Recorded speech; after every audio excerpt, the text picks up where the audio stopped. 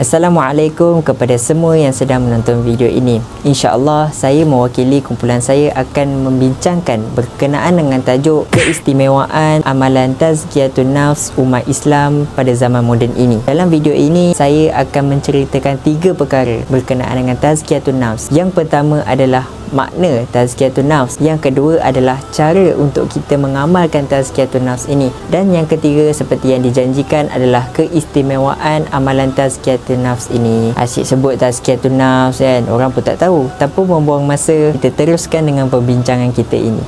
Baik, sebelum kita bercakap tentang keistimewaan amalan tazkiyatun nafs ini, kita kena tahu dulu apa yang dimaksudkan dengan amalan tazkiyatun nafs ini. Tazkiyatun nafs terdiri daripada 2 perkataan. Yang pertama adalah tazkiyah dan yang kedua adalah an-nafs. Tazkiyah membawa maksud penyucian ataupun pembersihan, manakala an-nafs pula membawa maksud jiwa ataupun nafsu. Maksud kat sini adalah penyucian jiwa ataupun nafsu kita. Namun perkataan at-tazkiyah tidaklah memiliki makna penyucian, ia juga memiliki makna an-numu yang membawa maksud tumbuh. So maksud dia kat sini, tazkiyatun nafs juga membawa maksud menumbuhkan jiwa kita agar memiliki sifat-sifat yang terpuji. Daripada maksud yang saya cakapkan sebentar tadi, kita dapat simpulkan bahawa amalan penyucian diri ini bertindak dalam 2 keadaan. Yang pertama adalah menyucikan jiwa kita dari sifat-sifat yang tercela, antaranya berlagak, sombong, dengki dan sebagainya. Yang kedua adalah menghiasi atau mencantikkan lagi jiwa yang telah kita bersihkan tadi dengan sifat-sifat yang terpuji, antaranya adalah ikhlas, jujur, sabar dan sebagainya.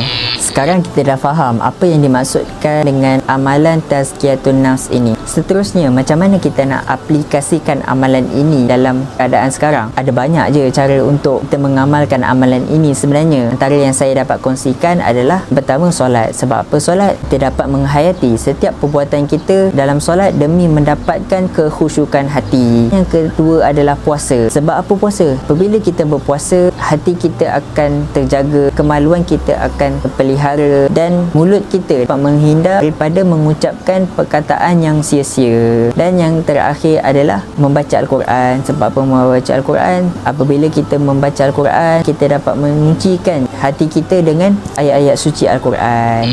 Baik, kita dah tahu macam mana kita nak aplikasikan amalan tazkiyatun nafs bagi umat Islam di zaman moden ini. Seperti yang kita janjikan, apakah keistimewaan yang ada pada amalan ini? Antara keistimewaan jika kita mengamalkan, yang pertama adalah kita dapat meningkatkan tahap pengabdian diri kita kepada Allah. Nak bagi tahu kat sini, jika kita ikhlas dalam melakukan sesuatu ibadah, maka kita akan dapat merasakan pengabdian diri kita kepada Allah dan sentiasa beristiqamah di jalannya. Dan yang kedua adalah kita dapat meningkatkan kualiti peribadi kita. Orang yang berjaya menyucikan jiwanya sudah tentu akan menjadi manusia yang lebih cemerlang. Mereka lebih mempunyai keyakinan yang tinggi dalam menghadapi tekanan dan stres. Dan yang ketiga adalah kita dapat meningkatkan kualiti hubungan sosial. Orang yang bersih hatinya sudah tentu mempunyai hubungan yang baik dengan manusia lain. Orang yang dalam hatinya mempunyai sifat yang tercela sudah tentu tidak dapat bersosial dengan baik, kerana disebabkan sifat tercela yang sudah bersarang di dalamnya.